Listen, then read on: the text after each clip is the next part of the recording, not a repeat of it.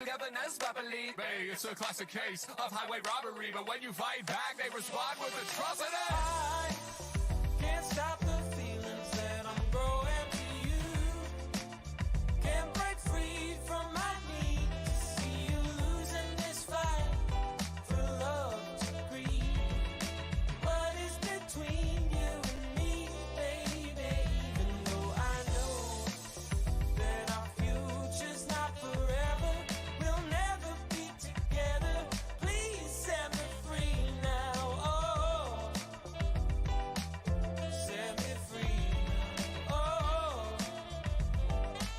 set me free. Hello， 大家好，我是乐乐法力，欢迎收看我们第一期 Farley Friday。我靠，大家可能已经发现了，但是我们乐乐法力的直播跟以往不一样，甚至这一次我为这一期直播还专门准备了一个稿子，我是否会真的认真去看这个稿子，我们这个拭目以待。但是我首先想在这个节目开始之前，告诉大家，我们将来我们至少在直播中会有的一些小变化。首先，我们会有一些提前制定的一些环节，就比如说我们一会儿会进入到本期直播的第一个环节，那是 America 角落，不用换的。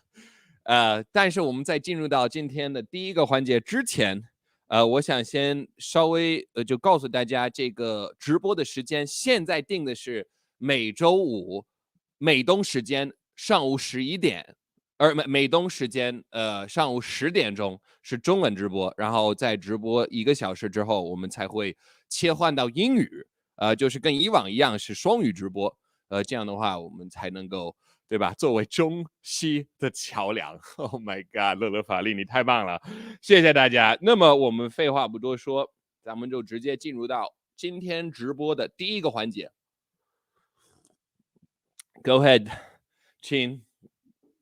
艾美利卡角落 American Corner， 我相信我的很多朋友们可以看一下这个图片，比较不错吧？等一下，我们再进入到，这个光没有问题吧？没问题吧 ？OK， 我们再进入到今天的这个 American Corner 之前，我想先吐槽一下这一位叫小马在纽约。大家知道我最近是不断的过节，就不断的参加节日相关的活动，就比如说有平安夜，有圣诞节，还有法力家庭的婚礼，还有元旦什么的。反正我在这些活动上，就是被别人问到，你是做什么工作的时候，然后要么是我身边的亲朋好友们都会告诉他们，他是一个以中文为主的这个脱口秀演员或者喜剧演员，还有 rapper， 他们当然是惊呆了，都不知道怎么接话，他们不知道接下来应该说什么。但是很多他们会提起这个叫小马在纽约，他们听到我会说中文，他们就会跟我说，你会中文？你有没有听说过一个中文倍儿流利的叫小马？我操！我在油管上看到他的视频，中国人一听人家的中文就惊呆了，就懵逼了。你知道我每次听到这一句话，我会多么生气吗？多么生气！我知道肯定会有一些人在想，乐乐，你之所以这么讨厌听到别人提起小马，是因为你吃醋，是因为你羡慕人家流量比你高，不知道到哪里去，是吗？你就换位思考 ，OK？ 你假如说你是一个美国人，这个假设可能对你们来说比较难以理解，但是我还是要讲。你假如说你是一个美国人 ，OK？ 你英文是你的母语，走来了一位中国人，他告诉你，我们中国 B 站上有一位中国人，英文说的倍儿好。英文说的好到会让美国人痴呆的那个程度，你说是吗？你给我看一下。他一打开那个视频，站着是一个中国的小伙子，说了一口 "Hello everybody, my name is Kevin. I am from Beijing, China, and today I will eat American hot dog." You'd be like， 这个叫 fluent 吗？这个叫流利吗？你逗我玩吧？你开玩笑吗？这个跟我是否那个嫉妒人家没有任何关系，好不好？只是我就真的是受不了，有这么多人一听到我会中文，他们立马要提起这个小伙子，甚至会质疑我的中文水平不如他的。我说1到10分，你给人家的中文打几分呢？1到10分，你给小马的这个中文打几分？亲爱的，我问你，你给小马在纽约小马的中文打几分？4.5吧，我觉得4.5差不多吧，4.5。那你给本乐的中文打几分？我觉得现在来说8分，8.2。但是我觉得过不了多久，我会上升到9分。I can， 我可以，乐乐加油！好，废话不多说，咱们就直接进入到这个环节。American 这个词，上了斯坦福有害词榜。斯坦福大学它公布了一份有害语言的指南，其实是一份清单。那么这一份清单包含了100多个被认为是有害的单词和短语，比如说 American， 以及这一份清单里面也会有对这些词为什么有害的解释，以及用来代替有害词汇的单词。就比如说 American， 他们说可以用 American citizen 美国公民来代替。咱们就切换到下一张照片。OK， 这个首先我们得从因为当然这个是由这个榜上是有100多个所谓有害的词语，但是其中我个人觉得蛮有趣的是这个 American。那我们得从英文出发，你才能够理解为什么他们会认为这是有害的词语。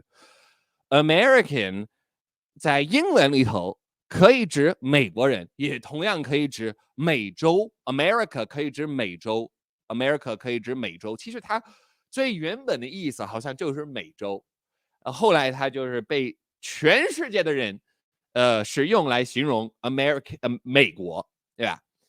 那斯坦福大学的一个部门 IT 部门。这个很重要，我们稍微往后再提这个事实，这个细节。但是我先要吐槽一下这个现象。他们认为我们要是说 American 的时候，用来指美国人，或者 America 用来指美国，那是带有一种优越感，就好像美国是美洲这个40几国家当中最重要的国家。OK， 等一下，什么叫最重要？首先，咱们怎么定义重要，对吧？经济体吗？那绝对是美国，绝对是 America，USA。那你说人口吗？那是美国。影响力吗？软实力、硬实力，全都是美国，可以就是符合这个所谓重要的定义，这个标准，对吧？难道美国不是美洲当中最重要的国家吗？我也不是一个美国怎么这么厉害，就像美国版本的弗拉夫这个视角去讲这些，我只是讲事实。OK， 再说这个是典型的白左思想。OK， 我知道可能我观众里边有一些川粉现在听到我要吐槽白左就嗨了，但是是时候我吐槽白左，因为我也是在以前的直播中老吐槽川粉和川普，那时候要吐槽一下白左的这个思维模式，以为可以用语言来改变别人的这个，或者说是通过禁止语言来消除这些问题，来消除这些矛盾。我可以这么说吗？就好像墨西哥有一个小伙子收到这个消息之后就觉得谢天谢地，我终于在旅行欧洲的时候可以说自己是 American， 这样大家才会知道我为什么这么胖，为什么没有保险，为什么如此爱吃麦当劳，对不对？你觉得墨西哥人或者什么我差点露出了自己的地理无知。你觉得拉丁美洲的那一些公民、那一些人民，他们看到斯坦福大学发布了这么的一份清单，他们会嗨起来吗？你觉得他们会很开心吗？觉得终于 finally。虽然我每天最担心的问题是我喝不了干净的水，但是至少美国这个一流大学禁止了 American。美国人老乱用，自古以来是乱用这个词来形容自己，我真的气死了。现在我就终于可以睡个好觉。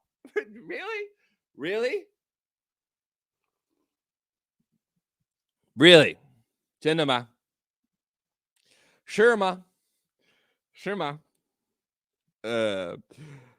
咱们看我稿子上面写的，这是我的观察。经典的白左思想，只要我们控制语言，就可以改变人们的思想，消除语言存在的歧义，就可以消除种族问题。你这么简单就消除了这个种族问题或者国家之间的矛盾，对吧？你只是他们觉得只要消除了符号，消除了颜色用语，就能实现社会的升华，社会整体的升华。Okay, this is so stupid. It's so stupid.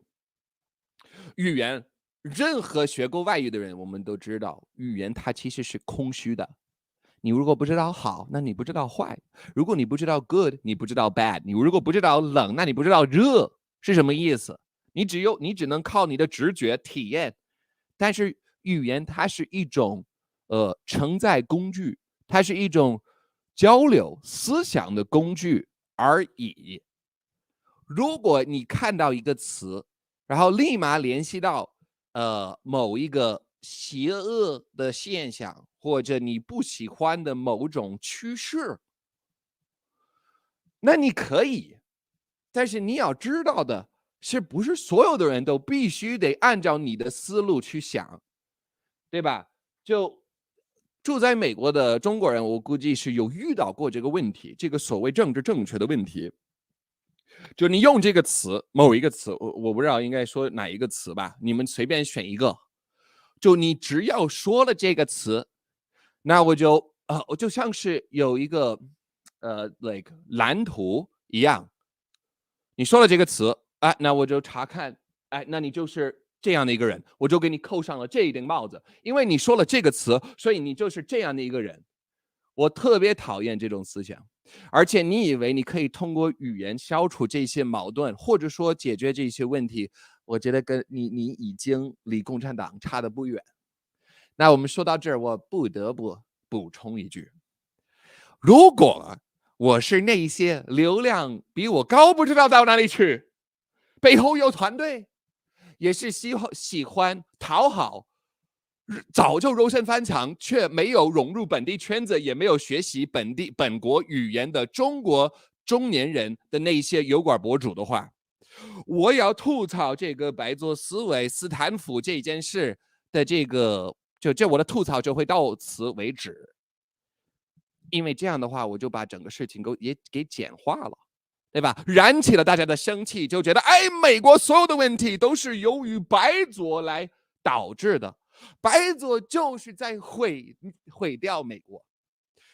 事实上，斯坦福大学的 IT 部门发布了这么的一份清单，所以是他的一个部门。第一，第二，这个所谓有害词语榜被发到网上之后，哪怕是哪怕是来自右派还是左派，社会舆论就是整体的这个反应是特别强烈反对，甚至拿它来嘲笑，拿它来嘲讽他，拿它来开玩笑，哪怕是左派还是右派的。而不是说这个全都是白左极左操纵的，只有我们右派才是最善良的，才是相信言论自由。不 OK， 美国中部南方也有不少被右派控制的州，也是不断的禁止一些书。OK， 两个派偶尔会，尤其是他们的极端，会试图禁止一些语言。OK， 他们都有这个，至少他们的极端都会出现这样的一些思想，这样的一些问题。只不过是美国的这一些一流大学，甚至是美国不少大学，这个问题可能是稍微明显一点，因为这些大学生，他们以为他们可以把这整个社会，这整个世界改成一个十分安全的样子，对吧？实际上你永远达不到这个，你永远是实现不了这样的一个目标，对不对？亲爱的，我这个头有问题，好像是有问题。那我们你就 settings， 然后我们切换到下一张照片。Now see that thing that says fade? Go up. Move it a little to the right. A little to the right. Does it look better? Yes. Okay, now let's go to the next one. 这个如果大家感兴趣的话，你们可以去仔细的看。其实里边它还有另外一个词，我觉得蛮有趣。大家如果感兴趣，你自己可以去详细的了解。但是我还想再提另外一个词。其实我还想再提2个词，一个是其实不是一个词，是一个说法。You guys. OK， 正在学习英语的朋友们，请举手。请举手 ，Hello，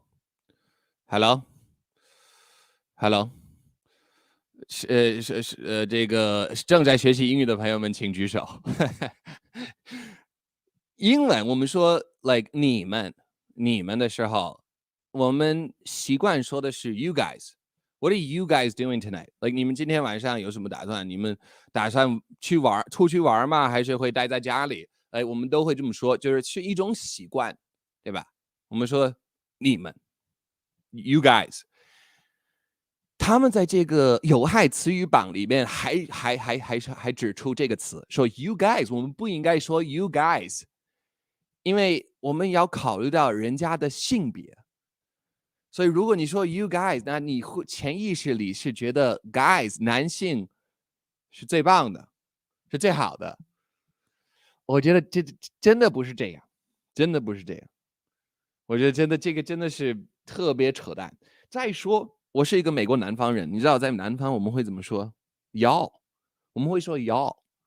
而我之所以提倡大家可以学习怎么用 y'all， 而且可以用 y'all 来代替 you guys， 跟性别、大男子主义什么的没有任何关系，纯粹是因为 y'all 是一个音节，方便多了，顺口多了 y'all。对吧？你可以试试。What's up, y'all? What y'all doing tonight? 顺口多了，好多了。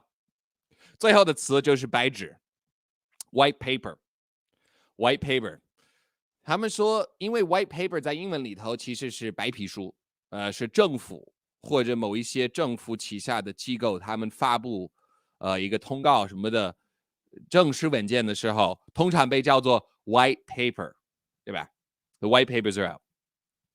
他们觉得，如果你这样的话，那你这个是like 意味着白是正式的，白等同于好，白人主导一切，白人主导就是管理这个世界，管理一切，是管理层，就是由白人操控的。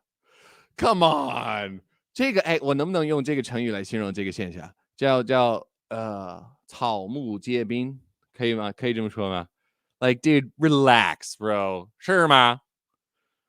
你知道我当时看到他们说要禁止白纸的时候，我第一个想到的是，我靠，白纸运动原来影响力这么广泛，连斯坦福都为了继续讨好中国留学生以及他们这个在美国出生长大的中国留学生谷爱凌，还是要禁止白纸这个词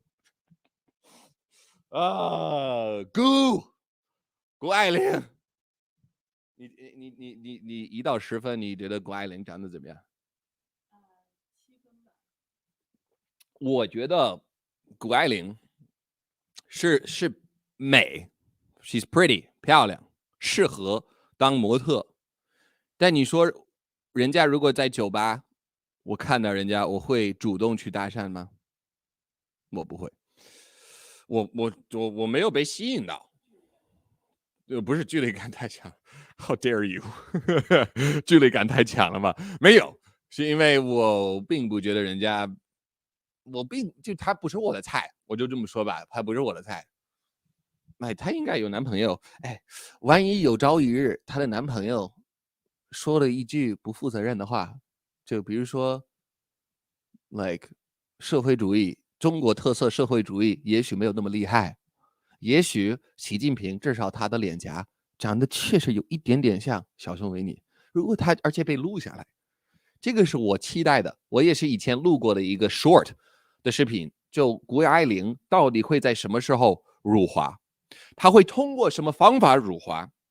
我个人觉得应该是喝大了，然后被 party 的另外一个人一不小心就录下来，他说他喜欢割韭菜啊，他觉得就说一些，因为你知道在中国现在的这个舆论里，你说什么都是敏感，对吧？都是特别敏感。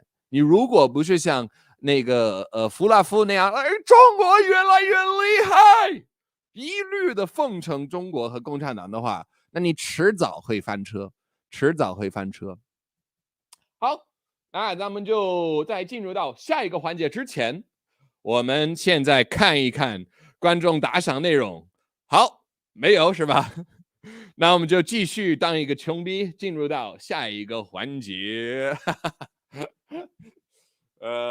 就是对，下一个 ，yes， no， 不是下一个，对，对，这可以，那 Excel，and then go to the video， 你 select brand， 哎，下一个环节叫我有钱 Burberry， 再播放一次，我有钱 Burberry。 OK， 这个环节叫我有钱 Burberry。进入到这个环节就必须得 OK， 我有钱 Burberry。OK， 最近这段时间啊，小粉红是非常不容易。自从厉害国躺平以来，反对的声音在墙内社交媒体的评论区里越来越多啊。其实我不知道大家有没有看到最近，如果你有推特，如果你关注李老师 ，Why you know 偷着乐的那个李老师，他也有发布，他也有发推，是共产党就政府已经宣布春假，这么说春节还得调休，是这个词吗？调休。然后我听说以前春节不会调休，只有像什么国庆节或者那个秋节，我在春秋秋什么节 ，the one in the fall。Anyway， 其他的节日才会啊，中秋节。首先大家知道。这个调休这个事情，在我们南京大学也有出现了。就我们南京大学这个孔子学院，所有的这些留学生，包括亚洲的留学生，我们是集体反对，集体那叫什么逃课，不是逃课，抽课不逃课，就没有去上课，集体逃课，为了反对，你知道我们老师怎么办吗？他没办法了，他们只能接受。这就是一个不是在儒家思想的环境下的熏陶下长大的这个区别所在，对吧？就没有那么容易，没有那么轻易的顺从。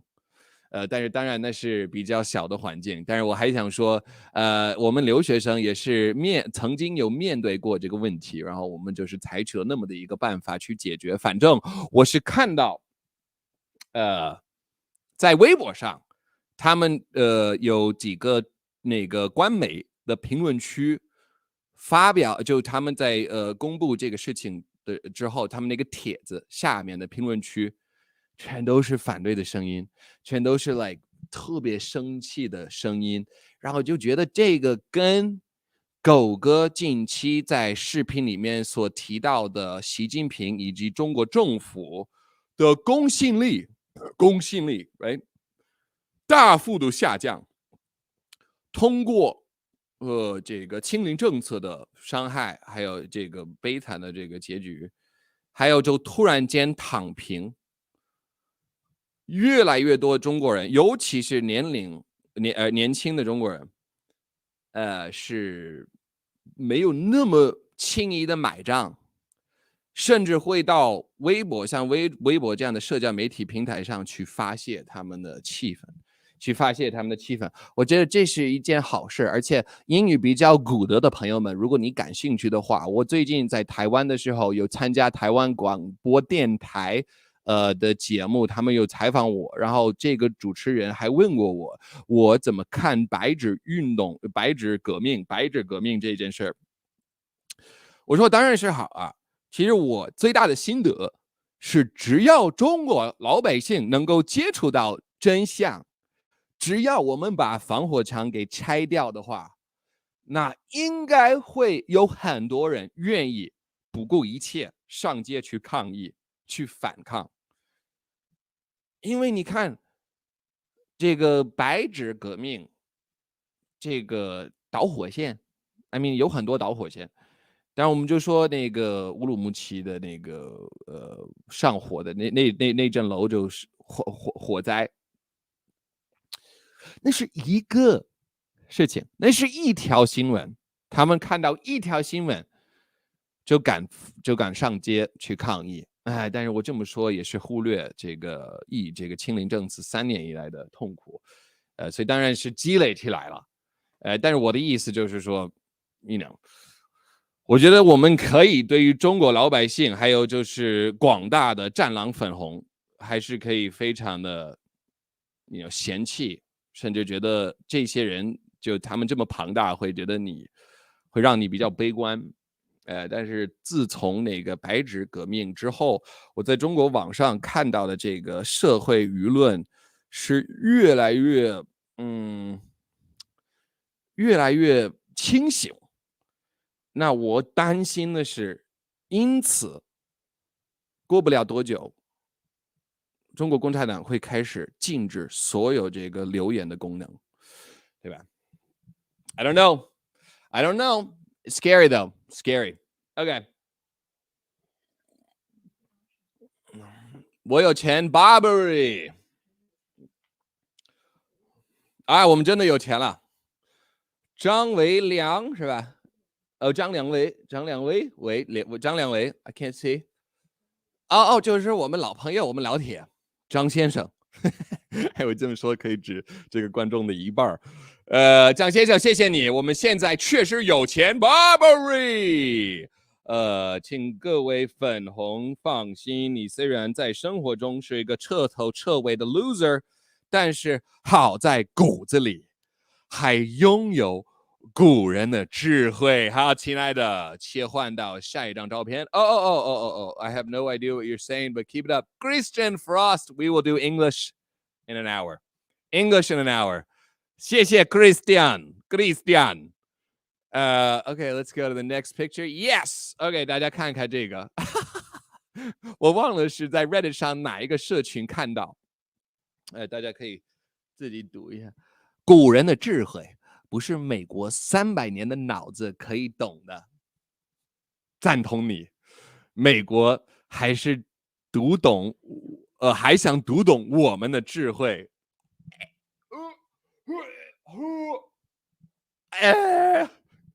Okay, here we go. 乐乐确实为了这一期直播做了很多努力，做了很多功课。这是我的观点。Here's the thing， 你如果只能靠国家、民族或者古人这些十分抽象的概念，并且还是通过你自己，并且不是通过你自己努力而得来的这些标签来获得自信还有意义感的话，无论你是小粉红还是白人至上主义者什么的，你不仅仅是一个 loser， 你也是一个可怜的奴隶，可怜的韭菜。OK， 作为一个中国人，我无比的自豪；作为一个美国人，我无比的自豪。你自豪啥？自豪自己投胎技术很好吗？建国的时候，你是在前线征战吗？写宪法的时候，你是在旁边提供指导吗？你是在旁边指明方向吗？你因为一个跟你本人没有嘛关系的事儿而无比的自豪，只能说你是一个既可怜又无知的 loser。 哎，押韵了，无知的 loser， 不仅缺乏独立思考能力，也缺乏生活各方面的体验和能力。你哪怕说作为一个撸管撸的最好的人，我无比的自豪，我对你的佩服都会比他们多一份。这个怎么样？我告诉你们，为什么就随着这个社交媒体的普及化，有越来越多的人，他们就是要么是以他们的种族或者他们的民族、他们的国家而自豪。为什么呢？因为他们自己的生活是非常无聊，他们自己的性格也是很无聊，对吧？你 like 怎么解决这个问题？因为我知道正在观看这一期直播，哎，我知道我胖了不少，大家我们一会儿会聊到乐法律的这个体型问题 ，OK， 大家你先等啊，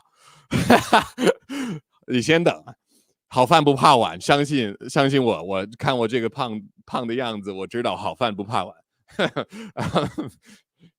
我告诉你们怎么解决这个问题，因为我知道正在观看这个直播的朋友们当中，肯定有一些人是觉得我真的生活中没有什么就是感觉比较新鲜的事儿什么的。你怎么解决这个问题？你怎么解决你下班之后回到家躺在床上刷手机刷到晚上睡觉，就过得跟一个机器人一样的生活？你怎么解决这个问题？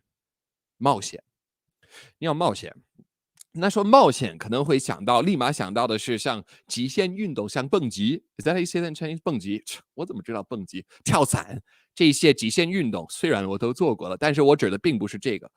冒险首先是非常主观的，对你来说什么是冒险？我相信很多在中国出生长大的人来讲，对于很多在中国出生长大的人来讲，一些社交活动算是一种冒险。因为我老听我中国朋友们抱怨说，哎，我是社恐，我有社恐的问题。你没有社恐的问题，社恐是在我们那个古人的时候，古代的时候是不存在的，它是不能存在的。因为你得去捕猎，你得采集什么的，你不得不social，你不得不跟其他人一起去whatever 捕猎什么的，打猎就去合作。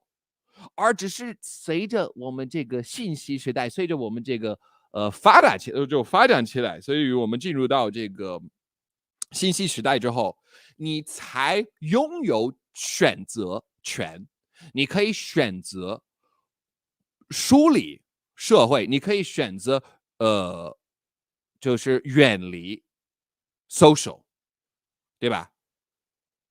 而且有时候这个是一个非常好的事情，有时候你就不想 social， 但是这个时间久了，你梳理了你所有的朋友或者家人，然后你真的是每天接触到，就可能跟你相处最频繁的就只有你的同事，这个社交范围显然不够。所以话说回来，我说你要冒险，首先指的是你要出门参与一些活动。谢天谢地，清零已经没了，所以你确实有机会就去参与，比如说飞盘的这个联盟，或者打篮球。就不管怎么样，我为什么觉得飞盘比较好？因为这个对女孩子来说是比较友好的，你可以跟男生一起玩，一起打球。其他的运动你要看你的性别吧。反正我觉得你冒险的话，要去参与一些叫什么社团，可以这么说吗？社团的一些活动。你在做这些运动的时候，我知道你在去参与这个比赛之前，会感觉很焦虑，会觉得很有压力。但是我告诉你，你一踏上那个球场，开始跟这些关系就很陌生的人一起打球，一起玩的时候，你立马会进入到这个比赛的这个刺激当中。你因为这个比赛的刺激跟其他人玩耍的话，你根本没有多余的精力去担心啊，这个人对我的看法怎么样，这个人怎么看待我，对吧？这是我一个建议。如果你感觉你的生活太他妈平淡，另外一个建议，锻炼身体。要锻炼身体，为什么要锻炼身体呢？因为锻炼身体会释放多巴胺，而我感觉很多人他们对于多巴胺有一个误解，就觉得多巴胺就等同于快乐。No no no no no no， 多巴胺它会燃起你的动力，会燃起你的好奇心。你比如说，我忘了我是在哪儿听到这个，但是我觉得这个建议特别不错。你每天下班回家的路，你就试图走另外一条路，哪怕它比你原来走的那一条路还要长一点，但你要选择回家的时候，你走另外一条路，你看看你的大脑会有什么样的反应。我告诉你，它会被刺激到。它被刺激到的是因为它必须得释放多巴胺来解决这个问题，就是这个陌生环境这个问题。OK， 这是一个小小的建议。那锻炼身体的话，你具体应该怎么锻炼？我们一会儿就可以聊。我们一会儿要进入到下一个环节，但是在进入到下一个环节之前，我们先看看有没有人打赏。OK， 我们的老朋友雾庭赞子英、黄子英。哎，如果你看到搞笑的什么评论的话 ，you can also 随便放 ，OK。All right， 谢谢你，我们的老朋友。你说的在这个直播还没有开始的时候，你说的特别好，我确实是特别反对政治正确 ，I hate it。当别人告诉我你不能这么说，哎，你不能这么说的时候，我他妈想疯，我像发疯一样，我想发飙，凭什么告诉我不能这么说 ？Anyway。好，谢谢你打赏，就可以了吧？没有其他了吧？对吧？最近乐乐最近干什么？乐乐最近是不断的参与一些节日相关的活动，还有婚礼什么的。而且我最近也是在不断的锻炼身体，还有练习我的中文。其实最近过得非常健康，但是我们在进入到这个过得非常健康之前，我们先得切换到我们下一个背景，也是我们下一个环节，那就是华语圈八卦。华语圈八卦，看这个封面，哎，你看，我没有发现老雷的身材居然这么好，啊！不错。哎，华春莹是退休了吗？我听说中国驻美国的大使馆他要退休，然后他最近在推特上就是不断的说一些正能量，说一些他希望他在任期他在任的时候，他觉得他拉近了中美关系。No you didn't, no you didn't, you liar. OK， 华语八卦。等一下，我们在进入到下一个图片之前。我先得铺好路，等一下，我先得铺好路。哎，我先喝一口水。这个我有点看这个水杯，因为它是绿色的。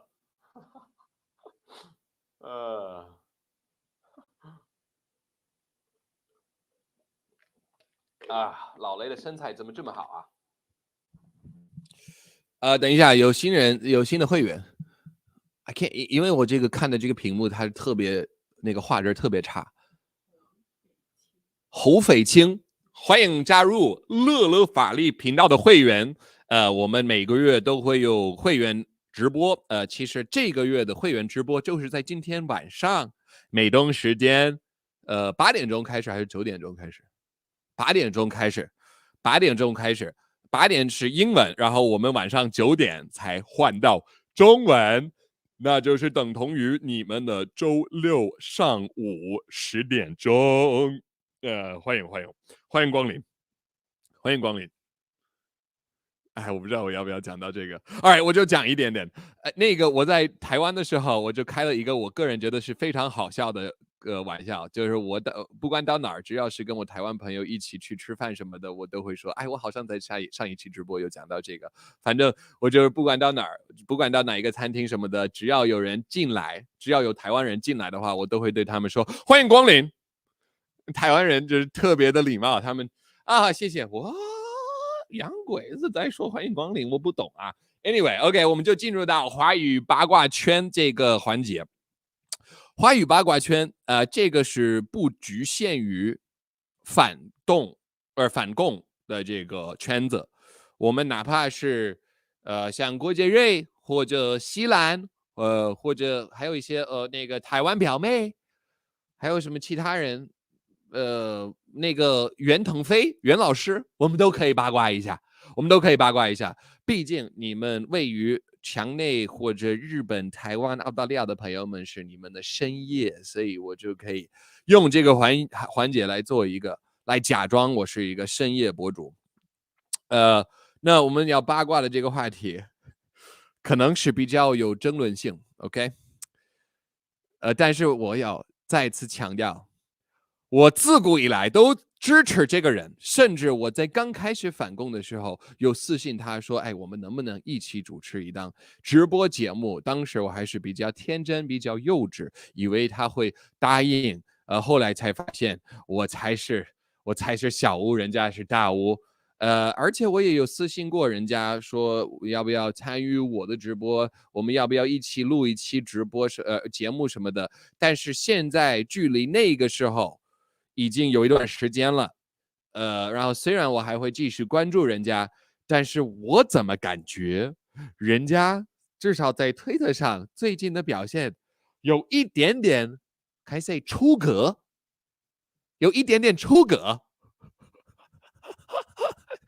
我这个位置真的太搞笑了，我这个位置太搞笑了。OK， Alright。我想说的是，公子沈，你他妈在想什么？大家知道，我看到这个照片的时候，我本来以为公子沈的这个推特账号是被黑客攻击了，就像刘晓明那样，对吧？后来我看到人家也把这张图片发到油管，我才发现真的是他自己亲自选择、亲自发送。然后我就想 ，Dude, what are you doing? What are you doing? 你社交圈里边难道没有人敢告诉你 ，like, dude, 你不要发这张照片，你要把这张照片，OK， 我不知道，因为我的社交圈，大家看到我胖了这么多，而且我也是跟你们说过，我最近有不断的参加这边的一些节日相关的活动。我告诉你，我所有的亲朋好友。要么是问我，哎，你胖了这么多，到底是怎么了？还是嘲讽我、嘲笑我，说我靠，你是不是把你老婆给吃掉了？反正他们都是会有反应，他们的出发点也不是恶意的 ，OK？ 他们不是恶意的 ，OK？ 他们是好心，他们想知道，哎，乐乐，你最近胖了这么多，到底是为什么了？而且我一会儿会告诉大家这个答案是什么。但是我首先想问，公子沈，你难道社交圈里边，你不要换，你公子沈，你这个社交圈里边，难道没有一个人敢告诉你实话？敢告诉你，你不应该把这张照片发到你接近40万这个油管频道上去？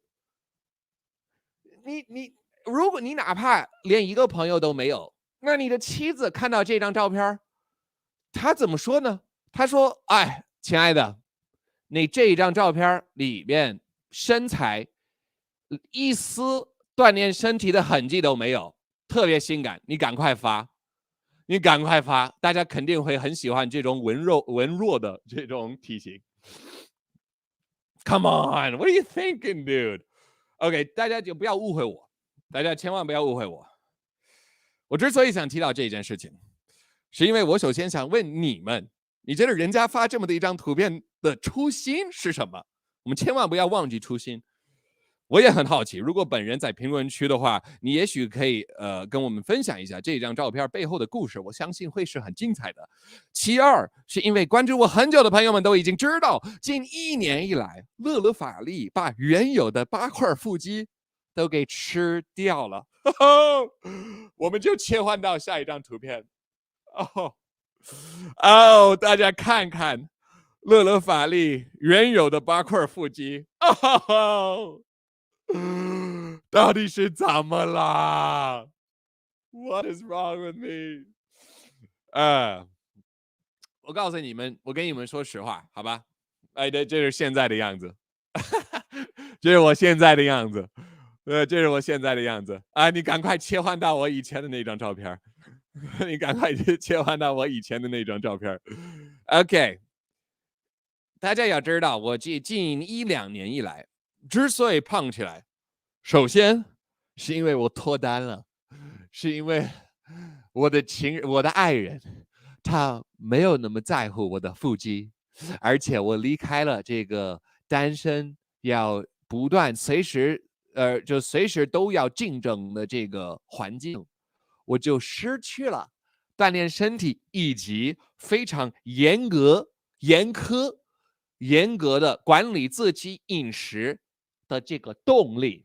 OK， 这个是我这个华语圈八卦今天的这个环节之所以要聊到这个的这个，我说的太乱了，就我之所以要聊到这个身材锻炼身体这一件事的理由，是因为我最近我最近从台湾回到美国之后，是不断的打喷嚏，然后不知道为什么，以至于我以为我大胡子里面，藏了很多灰尘，所以你知道我怎么办？我就把它给剃掉了。OK， 但是大家知道，我每一次要剃我的胡子，我都会从这边开始，你知道为什么吗？因为我觉得长得很搞笑，就这边就留这边和这边，对吧？这样的长相很搞笑。但是问题就在于，我一把这一条给剃掉，才发现我多了一个下巴。我他妈多了一个下巴，才发现我靠，我真的胖了不少，然后我一看到我这个多了一个下巴，我就跑出厕所，找到我这个爱人说，是时候要减肥。终于是时候要减肥。那已经是3个星期之前的事儿。OK， 2-3个星期之前的事儿。我在刮了胡子之前，其实已经开始锻炼身体，以及每隔一天都会去长跑。但是我一直犹豫的是，管理，你这个是恶意的。我一直犹豫的是吃这方面，因为大家知道，刚才我那8块腹肌，我跟你们说，最重要的是你吃什么。最重要的是你吃什么，不是你锻炼。锻炼是很重要，所以这个，如果你要增肌的话，你必须得锻炼身体。但是你要有腹肌的话，真的营养得管得非常严。这个不是说你不能吃零食，或者说你什么都不应该吃，而是说碳水化合物要关注。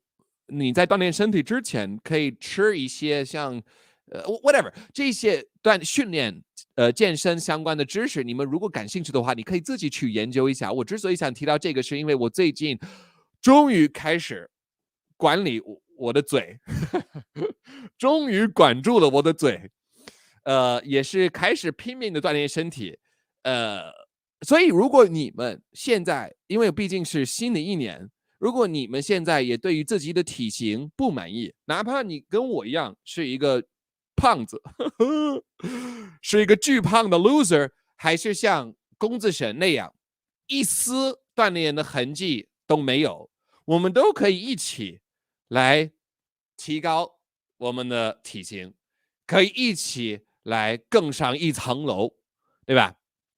真的，哎，大家不要小看我，刚才那张照片你们看得很清楚，对吧？8块腹肌，我曾经有达到那个，不是我人生巅峰，但是是我身材的巅峰，我可以再次做到。但是最重要的是什么呢？你的动机，你的动机是什么？因为如果你的动机没有想好，那你实现不了自律，或者你要实现自律的话会很难。所以你要想清楚你的动机是什么。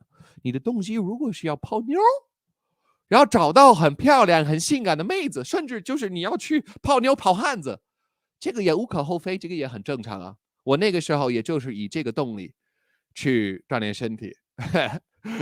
但如果你像我名草有主，我靠，我这中文还可以吧？名草有主的话，你要想到其他的动机，你要你这个动力的来源要想好，而且应该会有不同的，会有几个。如果你们要跟我一起增肌减肥的话，我们就加油，我们一起加油。甚至如果大家感兴趣的话，你可以把你这个以前还有以后的照片，给我们发 email。我们的 email 就是 lawrence@lelefarli.com，lawrence@lelefarli.com。哎，你可以直接用那个 typing， you can use the type. Oh wait, do we have it? Oh yeah, we do. No, 那是LeLe老司机 we don't want that one. Yeah, just type it there. LAW. Oh no, come on, babe. No, Lawrence@lelefarli.com， 连我的名字都不知道，显然是要骗绿卡。哦，你不觉得这个搞笑是吧？OK， 所以这个 email 大家可以看一看。如果你们真的要跟我一起的话，我们可以一起加油。我们可以是一个团队，一个LeLe团队，甚至公子沈，如果你有朝一日看到这个直播的片段的话，你也可以跟我们一起锻炼。我相信过不了多久。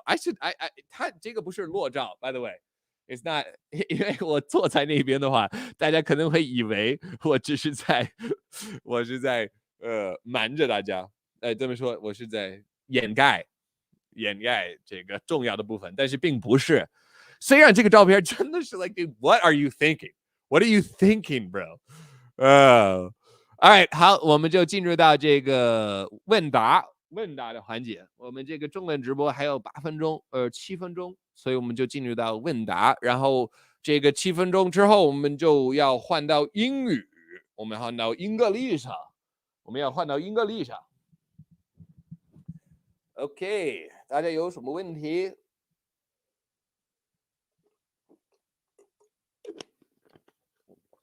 这个 it looks so cool. OK, what's this? 亲爱的战友们，今天健身了吗？今天我还没有健身，因为我要直播。这个直播一结束，我就要去锻炼身体。我跟大家说实话，我这个双下巴已经好了一点点，已经缩小了一点点。如果你们是1-2周之前看到我刚刮胡子的那个样子的话，那我相信你们哪怕我再瘦下来的话，你们还会嘲笑我。就我真的，我这一辈子，你知道，我这一辈子从来没有胖到这个程度了嘛。所以我是在生活中有一些很新的体会，就比如说坐飞机的时候，你在那个准备起飞的那个瞬间，你这个肥肉会跟着飞机一起动，就 Oh my God， 很多你没有想到的部位，你没有想到也可以长出肥肉的部位会开始动，我就慌了。我旁边的人说是你第一次坐飞机对吧？我说不是，我第一次一个胖子身为一个胖子坐飞机。公子沈退出了直播间并屏蔽了乐乐法力。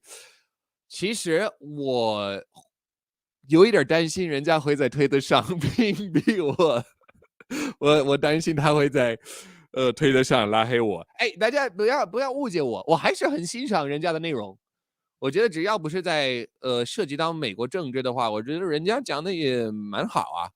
就是感觉你能不能在后期在剪辑这一方面多努力，多花一点时间，哪怕你只是给我们，而且狗哥我也是对你说同样的一个诉求，能不能多放一点照片啊？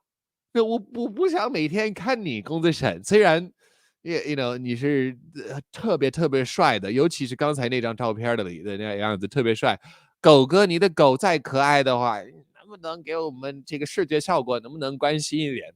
能不能多花一点时间 ？OK， 好，我们下一个。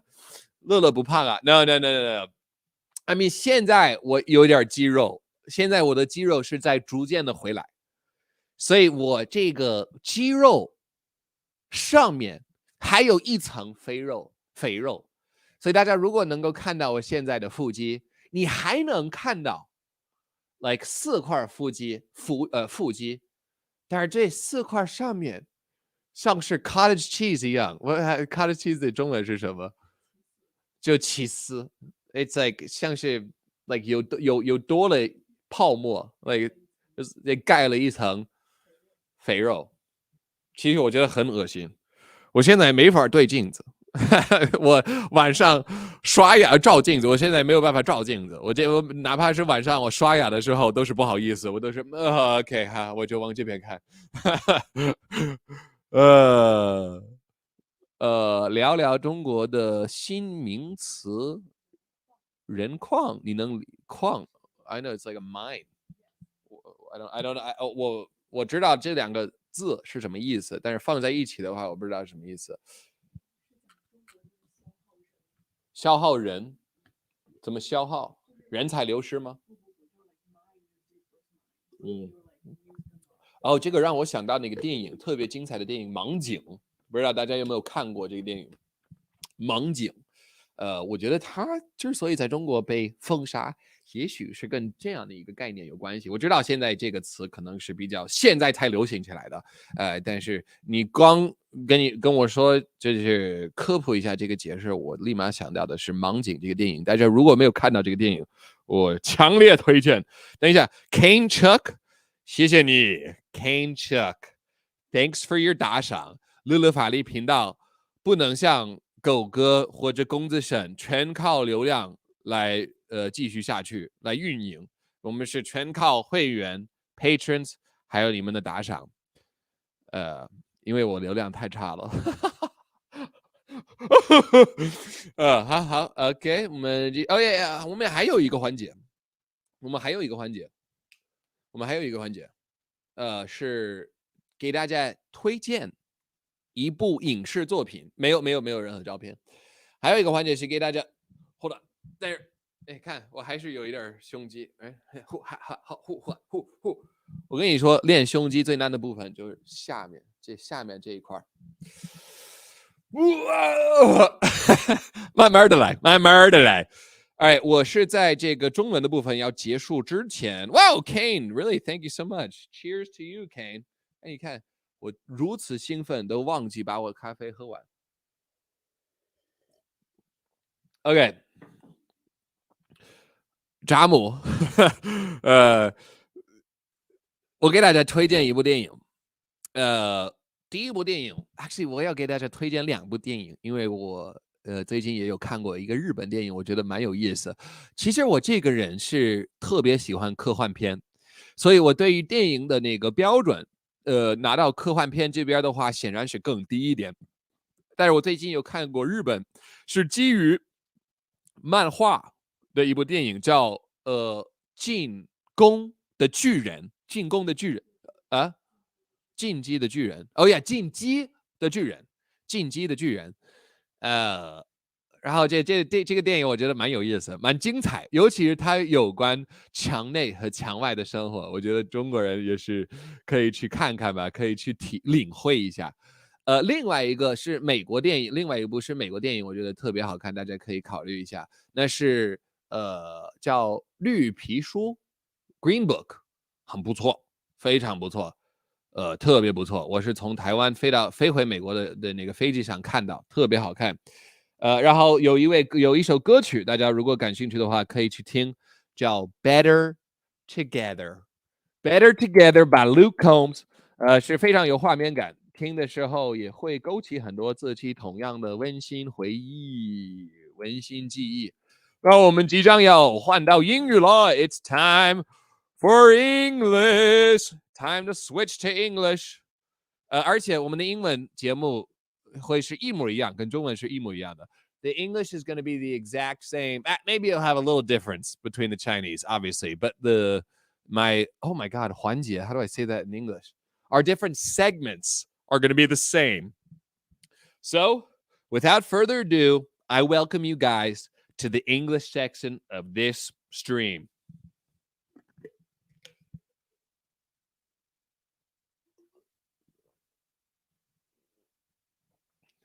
Look at that. Nice. Okay, so before we get into everything in the English section, let me just prepare my script. Let me just prepare my script real quick.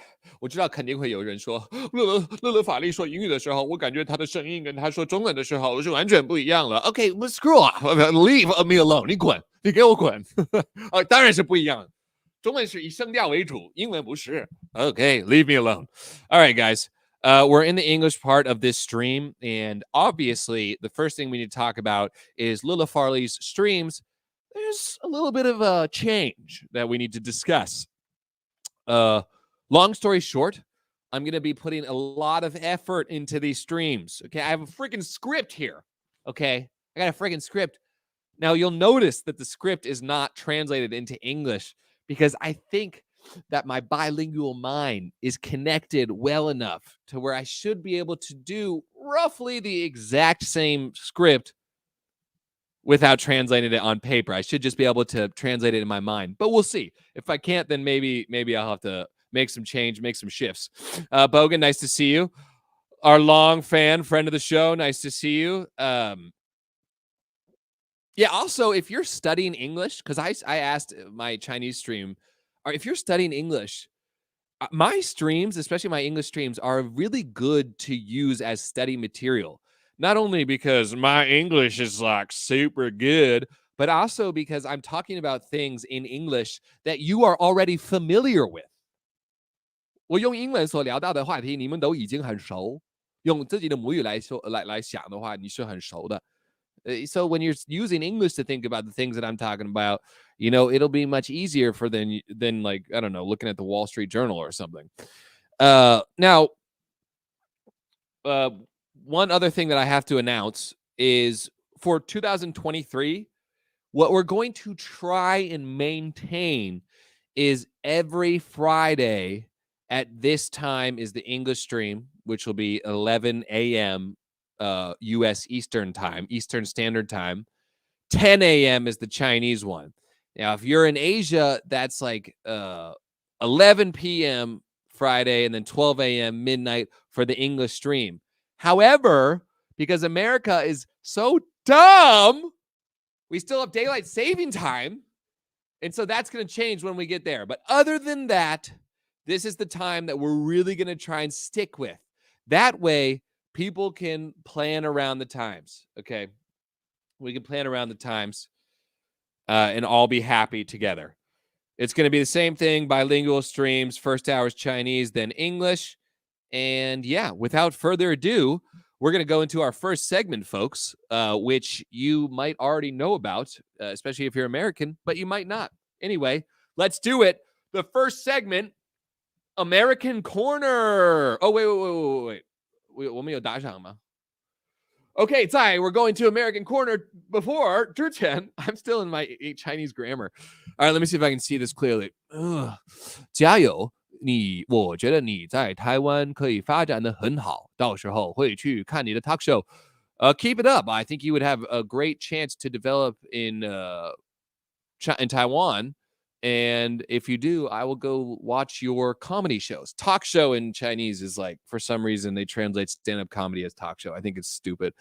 But hey, guys, as I've told you before, What we're going to do here at LeLe Farley Productions is January and February, me and my muse, my flame, my lover are going to be living with my parents up in the wilderness of New England.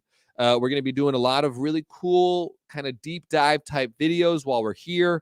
We're also still working on this pilot. It's a mockumentary, takes place in Los Angeles, and we're writing it. Actually, we're almost done with it. And we've really recently kind of found our feel on this script. Who is our target audience, which we've decided is actually going to be Americans. Even though it'll be kind of like a bilingual show, English will probably take up 60% of it, maybe 50%. It could be split right down the middle. Anyway, we're going to be working on that script. We're also going to be working on a raw China, like English type script to see if I can, while in LA, produce that as well, or either try and sell it and like produce it with a big channel. You know, I can't do raw China in English on my channel, and I don't want to start a new YouTube channel and do it myself because I don't have the money to be able to do that, because I don't have the time or the resources to be able to invest it into a new channel and build up a new channel. But I do have all the skill sets to be able to direct, write, star, and produce that show. So maybe another company would be interested in doing like a political satire, China-focused show. Now that'll happen in March. My lady and I we'll go to LA. We'll stay there for several months trying to get both of these things produced. We'll also record the rest of my next music video and maybe another music video. We'll record a bunch of songs at least. And so the future is bright for LeLe Farley Productions. But in the meantime, we're going to save some money by not paying rent to my lovely parents, bless their heart. And then also we're going to be, investing in the long term, which I have to thank again all my patrons and members and the people that donate via the tip function on YouTube, because we're completely dependent on you guys. And I hope to not let you down. I won't let you down. I won't let you down. I can go the distance. Have you guys seen the Hercules, the Disney? I will go the distance. I am on my way. I don't know how to sing it. It was terrible. I can go the distance. I can hear somehow. I can't remember it. Okay, Bogan, thank you. Happy New Year, Lila. And to all the other friends of this channel, looking forward to more of your work this year in Taiwan. Yeah, so Bogan, what we're going to do, as I just said, we'll go to LA first, see if those work. And if it doesn't, we're going to Taiwan, which, by the way, guys, I think that especially the pilot that we've wrote, I think it's great. I think the American audience would love it. I think it would be a hit. Does that mean it's going to be produced? Probably not, because LA is just that way. It's just really tough. And if you don't have incredible relationships with the right people, then it's hard to even get in the room to pitch a show. I have some relationships, but I'm not that confident. I'm still going to try, because if I don't try, I'll regret it for the rest of my life. But if it doesn't work, we're going to Taiwan, which I was there for 6 weeks, scoping it out. And let me tell you something about Taiwan. It is really cool. Taiwan is, I can just use one word to describe, pretty dope.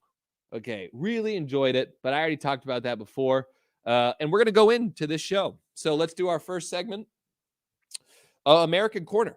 Some of you guys may have seen this. Oh my God, I love this photo. We got Eileen Gu. We have Mr. LeBron James. We have the legend Nathan Rich. And we have Xiao Ma in New York. And then my boy, Jerry Kowal. So I said this in the Chinese segment, and I'm going to say it here again in the English one. Recently, we had a flurry of events to go to. Christmas Eve. I had a wedding. We had a Farley wedding I had to go to.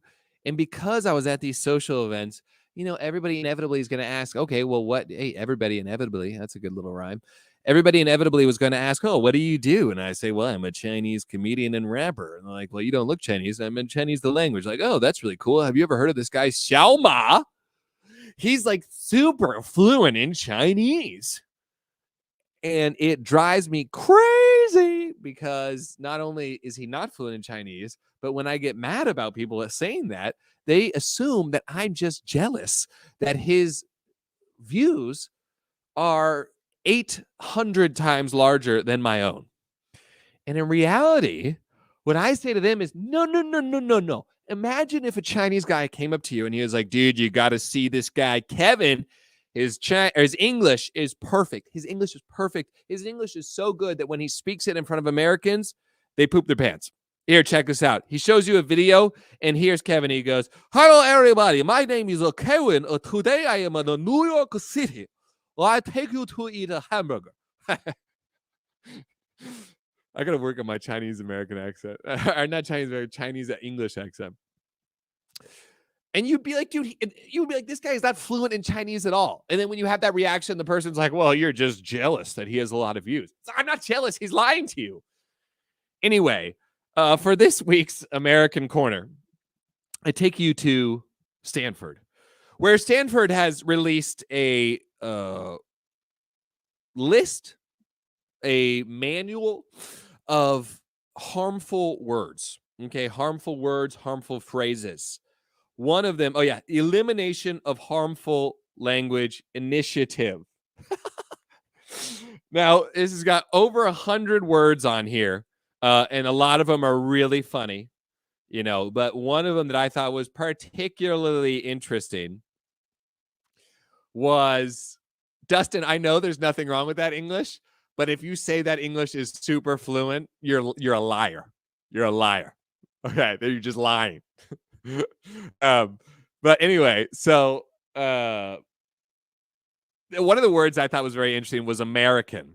And the thing that really I thought was jarring about this was they said that American, the reason we need to replace that word is because obviously America can not only be used to refer to the USA, but can also be used to refer to the Americas, the over 40-something countries that make up the Americas.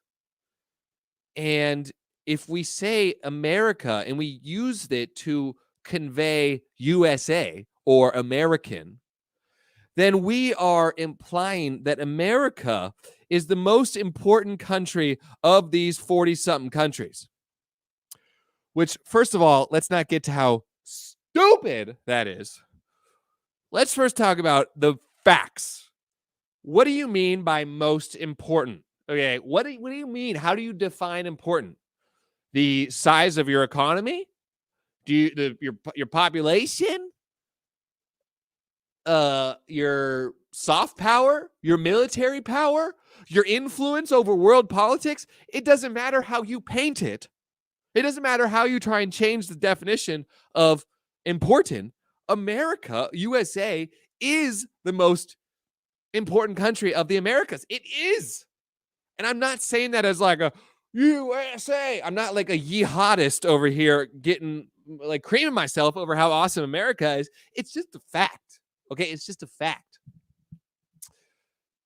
Not to mention, do you think that there are people in the Americas? Okay, there's a guy in Mexico that's waking up and he's reading that the IT branch of our IT department of Stanford is starting the elimination of harmful language initiative and is like, yes. Oh, thank God. I was so worried about, the cartel, not having clean water to drink, but you guys are, I can finally travel as an American now. I can go abroad to Europe, and when they ask, where are you from? I say the Americas, and then they know that's why I'm fat and I don't have insurance, and that's why I love some Mickey D's. Of course not. This is a typical, I don't want to say liberal because I'm pretty freaking liberal, but like extreme liberal BS line of thought. Okay. As long as we change and restrict language, then we will fix this problem. I didn't say it that well in the Chinese stream. As long as we restrict language, we can solve the problem. Did you just fart? As long as we restrict language, we can solve the problem. Do you know who else thinks that? Do you know who else thinks that as long as you restrict language, you can solve the problem? The CCP, the Chinese Communist Party. Ever heard of them? And guess what? It doesn't work. Well, maybe it works in China because they have the Great Firewall. But even if it works in China because they have the Great Firewall and they have control over information, that doesn't speak very well to the IT department of Stanford in their elimination of harmful language initiative. You may as well. That is censorship. That's what's called censorship. And if you think that elimination of harmful language is going to create a better environment and solve, racial injustices, is going to solve discrimination between countries, you're dumb. You're just dumb. And you know what? You're not only dumb, but you don't speak multiple languages. It's such a, we'll get there in a second. We'll get to my boy in a second. You don't speak multiple languages. Because if you speak multiple languages, you'd understand that language at its core is hollow. You don't know what hot is if you don't know cold. You don't know what China is if you don't know, non-China, America. It's through the duality of existence that you exert meaning on the words and sounds that we use to construct language. And so thinking that language is the culprit behind atrocities or problems is such a superficial way of looking at existence and what it means to be a human being in a society. It makes me want to scream. He's so dumb. And it's always the people that don't speak multiple languages that think this. It reminds me a little bit of the whole controversy surrounding pronouns. What an English-centric issue to worry about pronouns. Because guess what? There's plenty of languages out there that don't discern colloquially between pronouns. It really frustrates me. I gotta make sure my hair is, because my hair is, I feel like it's getting lost in the green screen there. It really frustrates me, and I think it's really dumb. You know what else they tried to pick out other than American? White paper. Because of the white papers, when a government organization or the government makes some type of announcement, it's like the white papers have come out, and they say, well, if you have white attached to something that's formal or political, a management structure, then unconsciously people are going to attach white with management, with political governance. What? Dude, you're giving too much credit to language. You're allowing language, you're lending it too much power because it doesn't have that level of power. Where one thing is unconsciously just making people think that being white equals political dopeness. You're governing everything. And then they also have you guys.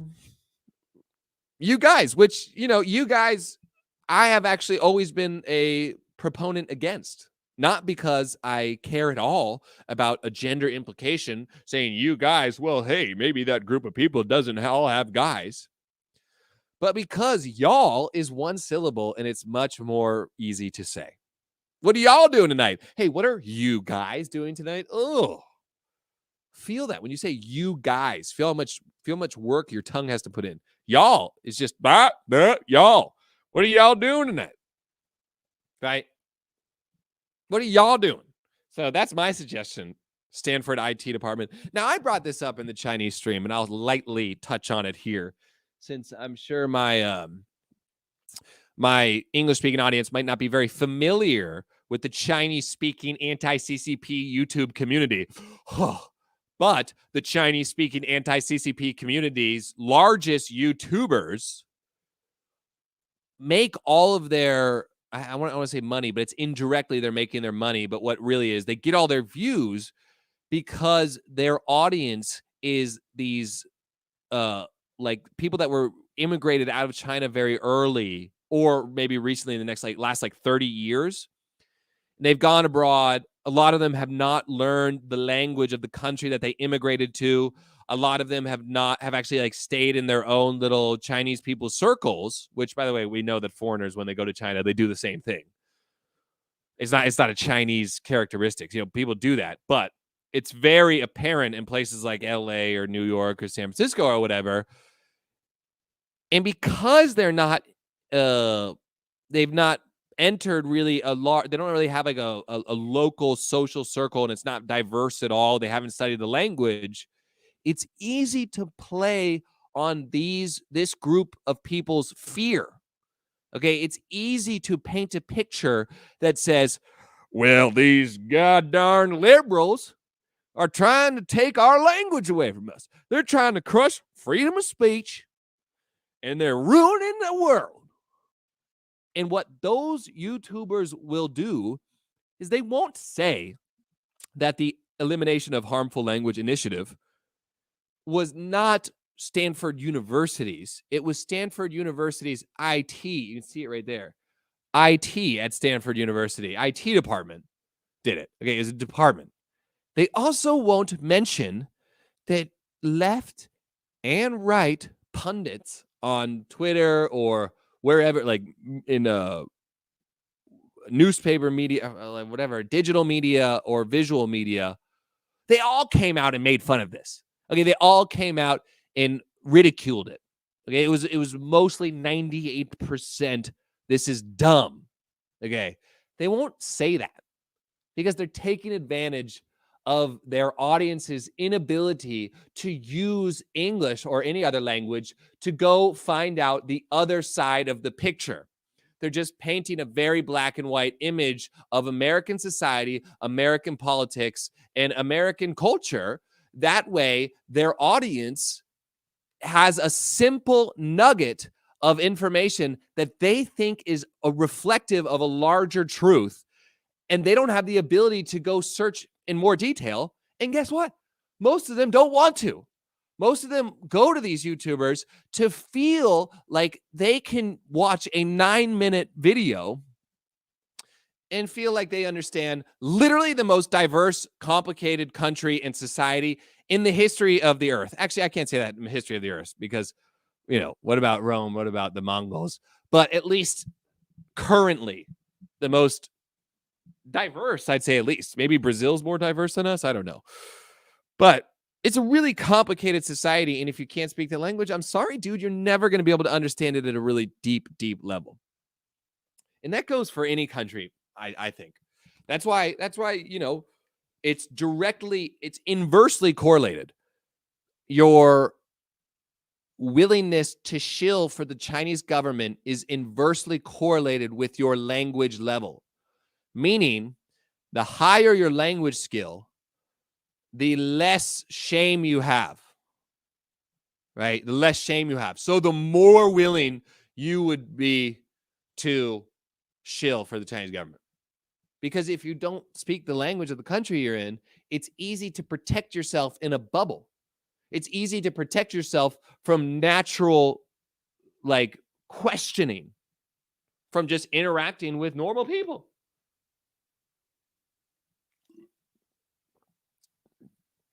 Not to mention, I grew up in the American South. All right, I grew up there. I see how usually it's got religion around it, where it's like, well, we need to ban these books. Okay, banning books is another form of culture, cancel culture. Okay, if you want to ban books, ban the Bible. It's like the most violent book I've ever read in my life. Violent, sexual. It's just, ugh. You want kids reading that? Come on, man. Obviously, I don't think you should ban any books. People that have followed me for a long time know that when it comes to freedom of speech, I'm pretty extreme about that. It's probably my only extreme view is that either everything's okay or nothing's okay. Invisible water. Either everything's okay or nothing's okay. Which, you know what? Here's something I got to say to Taiwan. I'm pretty sure I know this.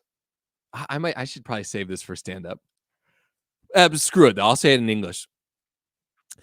Did you guys know that when I forget where I saw it, but it was after Will Smith went and slapped Chris Rock in the face at the Oscars, that they did like a like survey where they asked people from all around the world, where did they stand? Did they support Will Smith or did they support Chris Rock? And I'm pretty sure I'm so bad. This is where I can play the comedian card. Guys, I'm not like a traditional media source. I'm not here to like cite my sources. If you are interested, just Google it. But I'm pretty sure that it was only on this earth Taiwan and China that stood with Will Smith and was like, Will Smith, you can't talk about someone's wife like that. And I saw that and I was like, Taiwan, that's like super embarrassing for you. That's super embarrassing. Stand-up comedy is an art form. You have to protect the arts. It wasn't a funny joke, but you know what? You got to protect the attempt. Funny jokes and non-funny jokes all come from the same place. Okay, they all come from the same place. All right, let's move on. Before we move on to the next segment, is the most culturally diverse country in the world. Countries like India have a lot of ethnic groups, but the cultural diversity is still far below the Americas. Yeah, okay. Whew. We got someone there. LeLe can cook and sit out. Oh, shawarma before breakfast. Oh, thank you, Lightseeker. Long time supporter of the show. Long time. All right, let's move to the next segment. God, talking as much, like my jaws are popping. You know, I think it's because I sleep. I sleep like this. I drool. I sleep like this, and so I wake up, my jaw just pops. It's okay. I'm gonna push through it because I'm an entertainer. This is my freaking job, bro. All right, let's go. Next is Barbary. Our next segment is called I Got Money, Barbary. 我有钱，Barbary 哦，Barbary。Let's hit it one more time. 我有钱，Barbary 哦，Barbary。Okay, some of you might not know, but that clip is from this. I guess you could call him a little pinky or whatever. I forget his name, actually. Is a Chinese national, I guess you could call him that was in Los Angeles in some parking lot. And he was recorded arguing with this guy, just like, let me tell you, if you stand with the Communist Party, they'll take care of you. Know what I mean? All right. I got money, Barbary. I just think it's so funny because, like, dude, you cannot be Barbary. Like, you can't even get close to it. Not to mention so many of those, like, what's the French word? Nove rich. I'm such an uncultured fool, man. If you go to an Italian restaurant or a French restaurant with me, I just can't pronounce anything. And I'm just like, I speak Chinese, by the way. Do you know I speak Chinese? Please, I'm not an uncultured, ignorant American. Please. The Nueve rich of China, they love wearing Burberry, and they love it with like just so tacky and just in your face. Like, look, I'm wearing Burberry. Do you understand? I have money. I have money. And as a colorblind, red-green colorblind guy that really doesn't understand fashion at all, I just can't help but laugh at this materialistic pursuit of wearing fancy brands. I wear clothes that are comfortable. All right, that's my first standard. Is it comfortable? When I wear it, does it feel good? And I'll tell you, ever since I got fat, I've had to buy some new pants. I can tell you that. All right. So what you guys, you can't even understand what this is saying behind me, but this is a People's Daily article that was written and sent out in September that was talking about how sad it is that America has just tangping, which is lay flat, which is just like basically lay flat and just let the virus do to you what it wants, right? That was in September. And they're talking about what a pity that was. What a beiju. What is that? Tragedy. What a tragedy that is. And then guess what? China right now doing the same exact thing a few months later. And you know what that highlights? It highlights a lack of communication between the government, specifically Xi Jinping, his government, and the government propaganda. Like, there is not a good stream of communication between everybody. Because if they planned on getting rid of zero COVID, then Xi Jinping would tell the messengers underneath him, who would tell the people that are ahead of the propaganda machines, to be like, hey, don't write anything about how pity it is to just lay flat and let the virus do to you what it wants to, because we're actually going to do that in a few months. And if you do that, we might look stupid. No, they're not going to do that. Okay, because Xi Jinping decided to lay flat and give up his zero COVID policy basically on a whim. I guarantee you he just like went to Europe at one of those summits, and like he heard finally that like COVID or Omicron isn't that bad, isn't that significant. It was like, how bad's hold on a second. How bad is the oh wait, let me see if I can do this one. How bad's the economy? Really bad? How bad's is everybody angry? They're protesting? Wait, they're taking to the streets? Why didn't you guys tell me this? I wouldn't be mad. Oh, Hong Kong, that was different. Come on, that was different. All right, let's just say, screw it. We're done. Lay off all those dabais. Lay off all those pandemic workers. It don't matter. But anyway, this segment is called I Have Money Barbary, because we want to focus on the lovely little pinkies that most of us are very familiar with. If you're not familiar with what a little pinky is, that is a Chinese ultranationalist. Now, recently, I saw this post, and I thought it was hilarious. I saw it on one of the Chinese subreddits. It says, the wisdom of ancient people is not something that the 300-year-old mind of America could possibly understand. And then this guy responds, and he says, I approve of what you say. I like your message. And then this guy says, America just really wants to understand. America wanting to understand our wisdom is so funny, is so hilarious. It's laughable. And here's what I say to that. It doesn't matter if you're a little pinky like this, or if you're an ultra nationalist, or if you're, what is that group? Antifa or something. I don't know anything about Antifa. But so it doesn't matter what extreme you go to. If you try and use a concept like your race, your ethnicity, or your country, any of these like abstract concepts to make yourself feel proud, to make yourself, and not proud, but 自豪 is like arrogance. If you derive like arrogance and you derive meaning of life from such abstract concepts, thank you. You are not only a loser, you're not only really boring and you're a loser, but you are a slave to tribalism. You're 韭菜 is what they say in English, in Chinese. Like, you are just being used. And the reason that you're being used is because your life lacks meaning. And the reason your life lacks meaning is because you're not taking enough risks in your life. You're not putting in the work it takes to get real skill sets. Okay, you're not putting in the time to, for example, do something like learn Chinese, learn the violin, join an ultimate frisbee league in your local area, making new friends, investing in the relationships of the people around you. I don't know, beating World of Warcraft.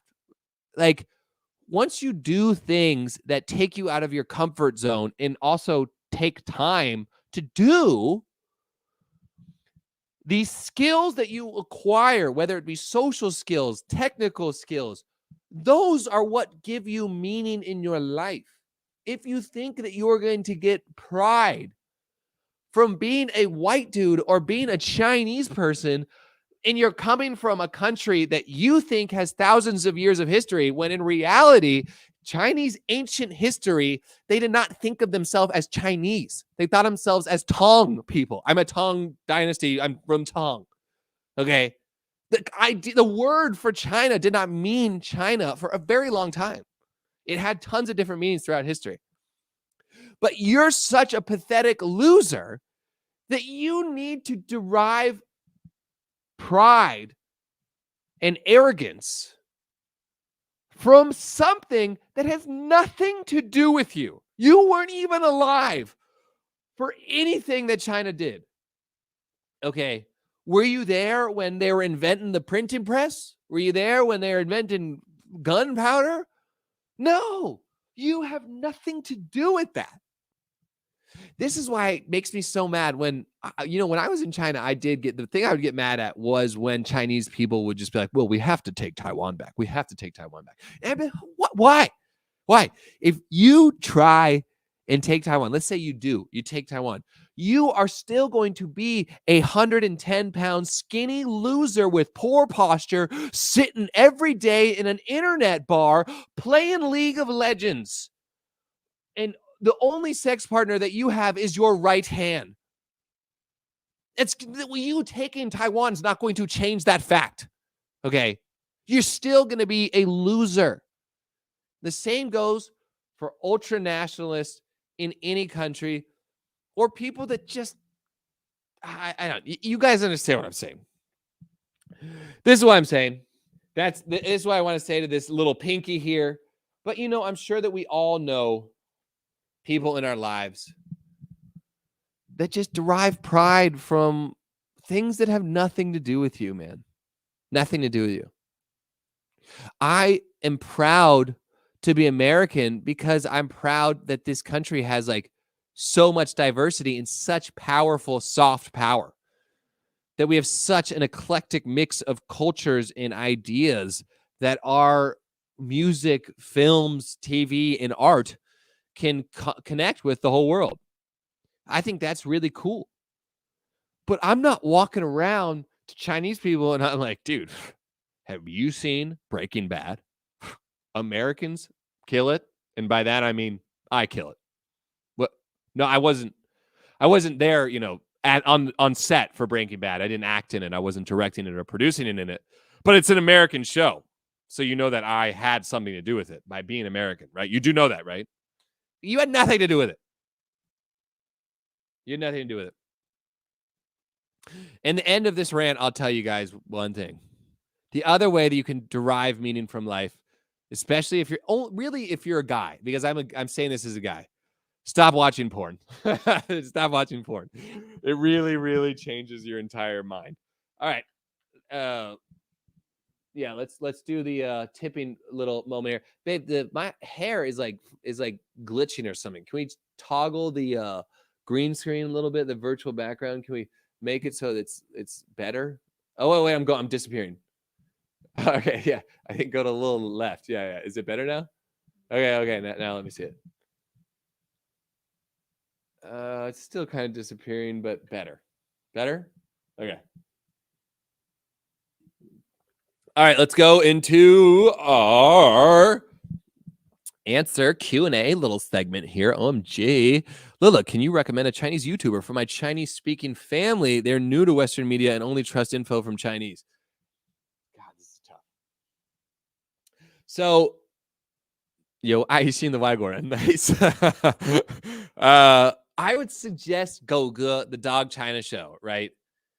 The only issue is if your Chinese-speaking family is new to Western media, they might look at a dog because Goge doesn't show his face for obvious reasons. He just has his dog there. And they'd be like, why are you showing me a video with dogs? They might not be able to get over that, but hopefully they should, because Goge is the Dog China show is what is the English name for it. Is very objective. And a lot of the other YouTubers,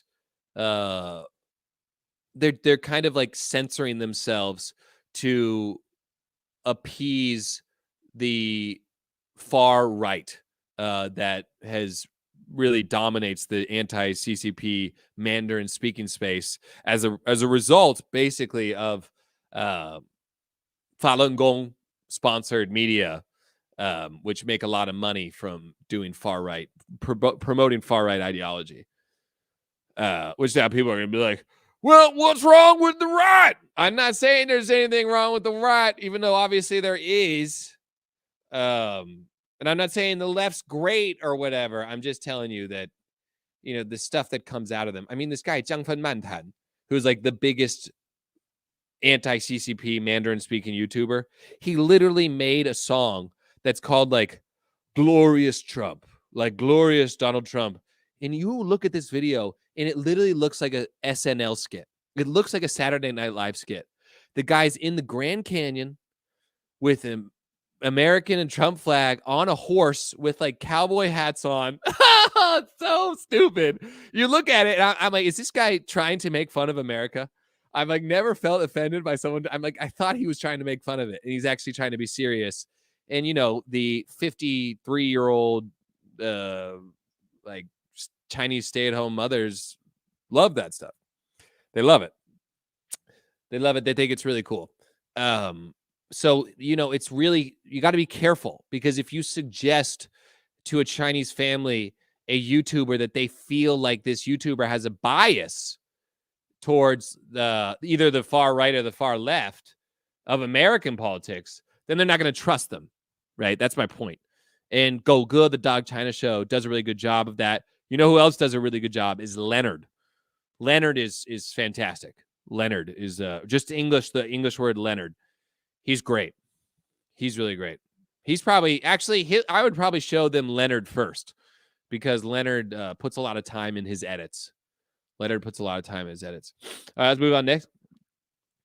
How many yen would it take to have you paint your hog green for a live stream, or at least wear a green tight onesie? It's so funny that you asked that, because behind the screen that I'm looking at is the pleasure device that we used for my Antren, which is safety in Chinese, safety dildo commercial.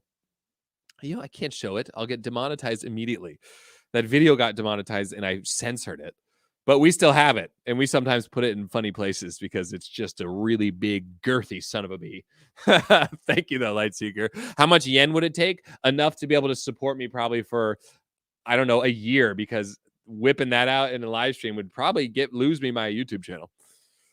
Okay, next is David Morgan. Like the China show mentions, the Chinese government doesn't have a plan ever. So thank you, David, for the tip. Here's another reason I don't want to do an English channel, because the boys at the China show do so much research and they put in so much effort to their streams. I'm never going to be able to touch that, because I don't even like live in the English speaking space. Like, I get all my information about China in Chinese, and I think about it and I talk about it with my gal in Chinese. And they like will look up the official translations to like Chinese governments. And you know, the Chinese government, like when they give themselves names for like a policy or a bureau, it's like 18 nouns connected together. I have no idea how you translate that. And the boys at the China show, they do it. And I'm like, that is not something that I'm very interested in doing. So more power to them. The English language stuff that I'm going to try and do is going to be more of the, like, can I do like a big production? And it's got to be like different. Is it going to be a TV show, or is it going to be a like political news show? You know, it can't just be YouTube, because I can't do that. I'll die. All right, let's move on. I think that's it for the monetary tips. Oh, no, I'm just kidding. All right. The next segment. Oh, should we do this segment in English? Yes, we should, is the answer to that question. Okay, the next segment. Let's get the background here so everybody can enjoy this beautiful work here. So this is called the Mandarin. Here, you got to remove David's post. Thank you, David. So the Mandarin. This is a Mandarin speaking circle gossip. Okay, we're here to gossip about the Mandarin speaking circle. Okay. You got my boy LeLe right there, the German. He's got a nice bod, as everybody can see. You have me when I was much less fat. You have Hua Chunying, the spokesman for the Chinese Foreign Ministry, who's a legend. She's the legend that said, why is it that foreigners can access WeChat and Weibo, but Chinese people cannot access Twitter and Facebook? Huh? What's with that? And it's just, you look at that clip of her saying that and you're like, are you effing with me? Or are you serious? Do you really not know? And then you have the dog from the Dog China show I was just referring to, who is this little cutie right here. And then you have Xi and Putin in the back. So this is the Mandarin language internet circle gossip hour. And I understand if you're not interested in this, but I think you probably should be, because if you don't speak Chinese very well, I am your window into a pretty interesting circle, a pretty interesting ecosystem, So without further ado, let's go into our first clip. Let's go to our first slide. First slide, please. First slide, please. First slide, please.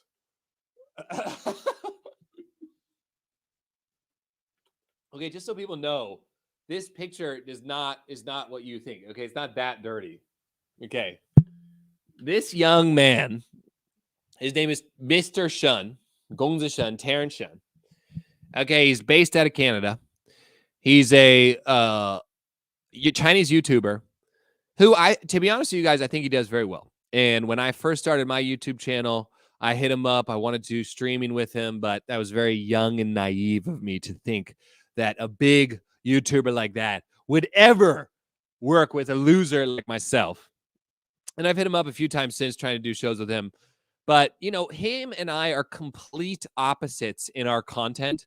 I do kind of goofy stuff, but, you know, every once in a while I like to do some serious stuff or some deep dives.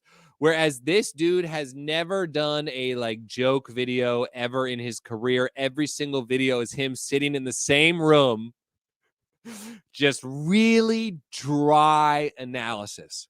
Now, let me tell you something, all right? Mr. Terrence Shen here does dry analysis quite well. Okay, he's actually got a good eye for reading and understanding the Chinese government. He really does. And that's why I am a fan of his. That's why I talk about him a lot, because I care about him. However, recently, our boy Terrence sent this picture out on Twitter. Okay, with the caption of I'm also got a cold with my people with people in Beijing, but now I'm in a hot bath and thinking about my next move in life. Okay, now he posted this on Twitter, and I was like, this has got to be, his account must have been hacked. His account must have been hacked. I'm trying to think of the equivalent. Like, this is like, he's not at all like Jordan Peterson, but in terms of being serious all the time, he's kind of like that. It would be like, or Lex Friedman. You guys ever heard of him? It'd be like Lex Friedman all of a sudden just posting a naked bath picture to his social media. It'd be like, what? Where did this come from? And I just didn't understand. I was like, dude, this must have been a hack. And then guess what? I looked at his YouTube and he posted it on YouTube too. I was like, dude, what are you thinking? What world do you live in where this is a good idea? Where you post this picture and you're like, you know what? This is going to be good. This is going to be good for my brand. This is going to be good for my image. Like, what it makes me think of is, you know, I went to all these little social gatherings because of Christmas Eve, because of Christmas, and because of a wedding, Farley wedding, and New Year's. And every single person and their mother had a comment about my fat booty. Okay, everybody was either making fun of me or they were like, dude, are you okay? Are you depressed? What is wrong with you, my dude? Why did you get so fat? And guess what?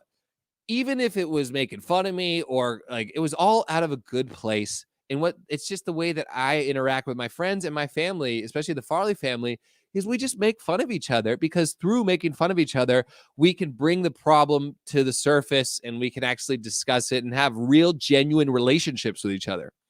And I saw Mr. Terrence post this video, and the first thing I thought was, dude, do you not have a single friend that has the testicular fortitude to tell you the truth? To tell you, like, dude, don't post that.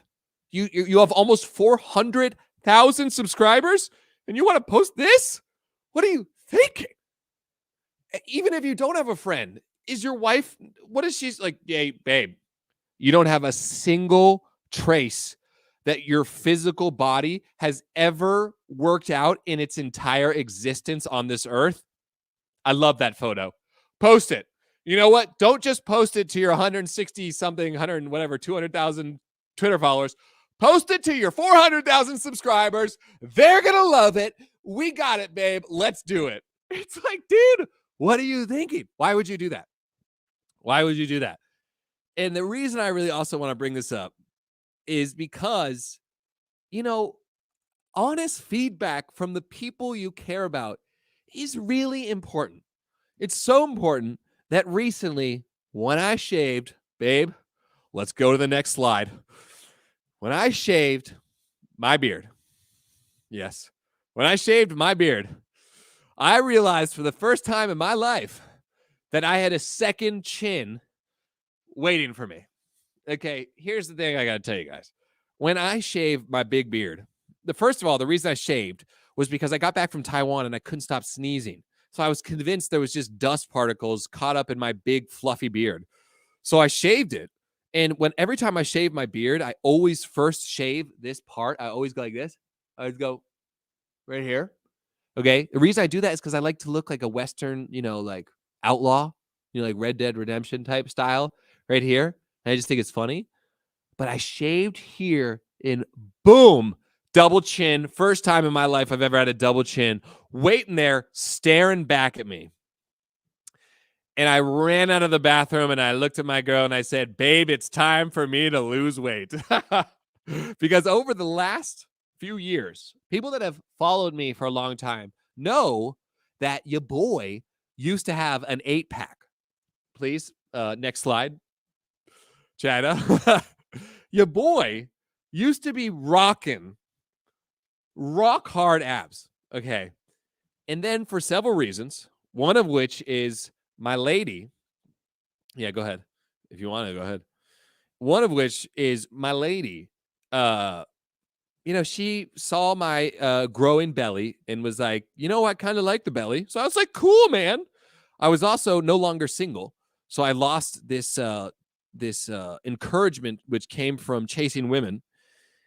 And then also my lady's a terrific cook, a great cook. And you know what she cooks the best? Noodles and dumplings. And noodles and dumplings are so carb heavy, but they're so delicious.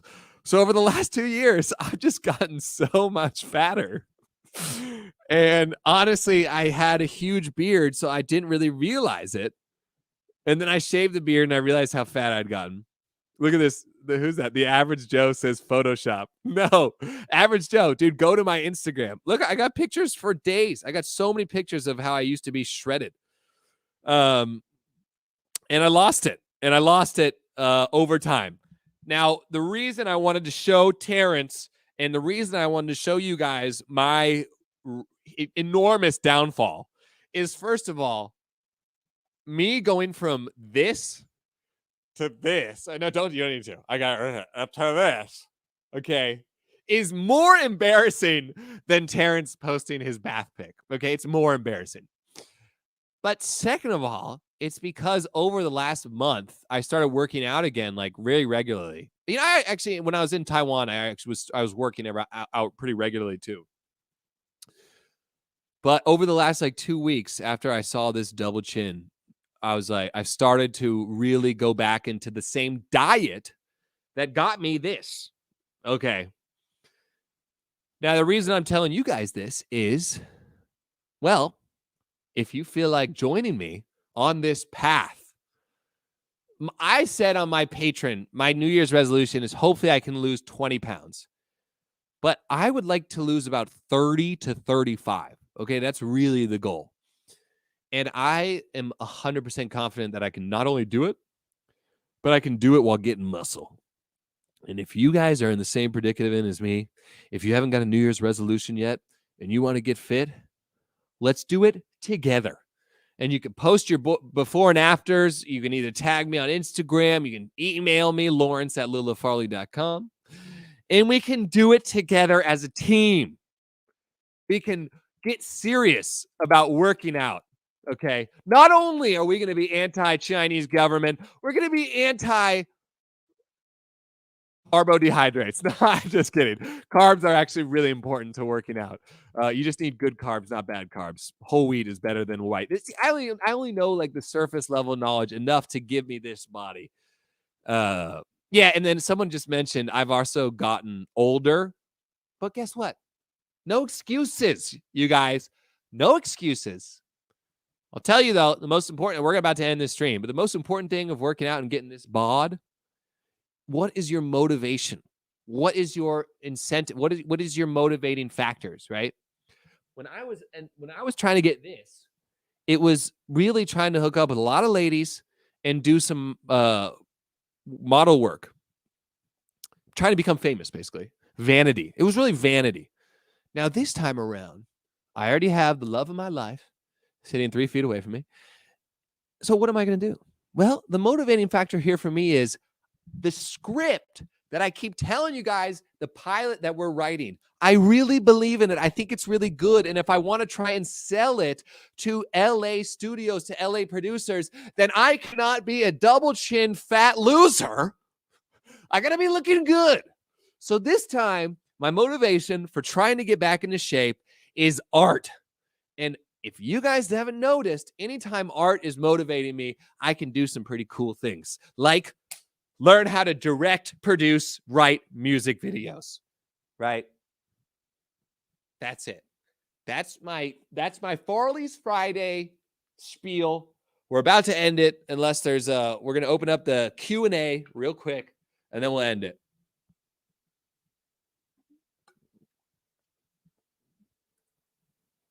Yeah, Jim's right. You got to be skinny. Get laid. Balza is such bad carbs. Balza are really bad carbs. Hey, maybe that should be the t-shirt. Bad carbs instead of Balza. We got some good. We have clothing as well. My muse, my flame, my gal. She is getting better and better at Photoshop, and we already have some ideas for some cool t-shirts coming up. Because, I was in Taiwan and I was talking with a few famous people. Oh, God, Lily, you're so cool. Famous people? Wow. And we were talking about it, and I was like, the thing I'm really losing out on is I'm not selling, like, cool merchandise, because in the anti-CCP circle, Chinese and English, sorry, China show, LeLe Farley is definitely the most punk rock. And I think punk rock is something that people would love to incorporate in their anti-Chinese government sentiment. And I need to be able to put that into products and shirts and stuff. The only reason that I really don't is because your boy is red, green, colorblind, and I don't know the first thing about fashion. Luckily, my lady is visually very talented. And so we'll have some stuff coming. Sooner than later. Is the water jug blue or green? It's green. You could be a double chin fat winner. Hey, if you don't want to get back in shape with me, that is no problem. No problem. I just have to, because I go on camera. Are we going to have a working out with LeLe channel? Probably not, because I don't want to learn all the Chinese related to working out. I've tried, and it's just too much. I really don't like it. I like your songs. We got more songs coming. Are the conquering China boys country then? I don't know what that means. Get laid. True, you have to be skinny. Okay, boys, we're going to end it here. It's been very nice. Thank you for coming to the stream. I'll see you guys next time. Friday, same time. 10 a.m. Eastern Chinese stream. 11 a.m. Eastern English stream. Hope to see you there. I'm LeLe Farley. Peace. End the broadcast. That's my piece. Still all about the bullet in the belly.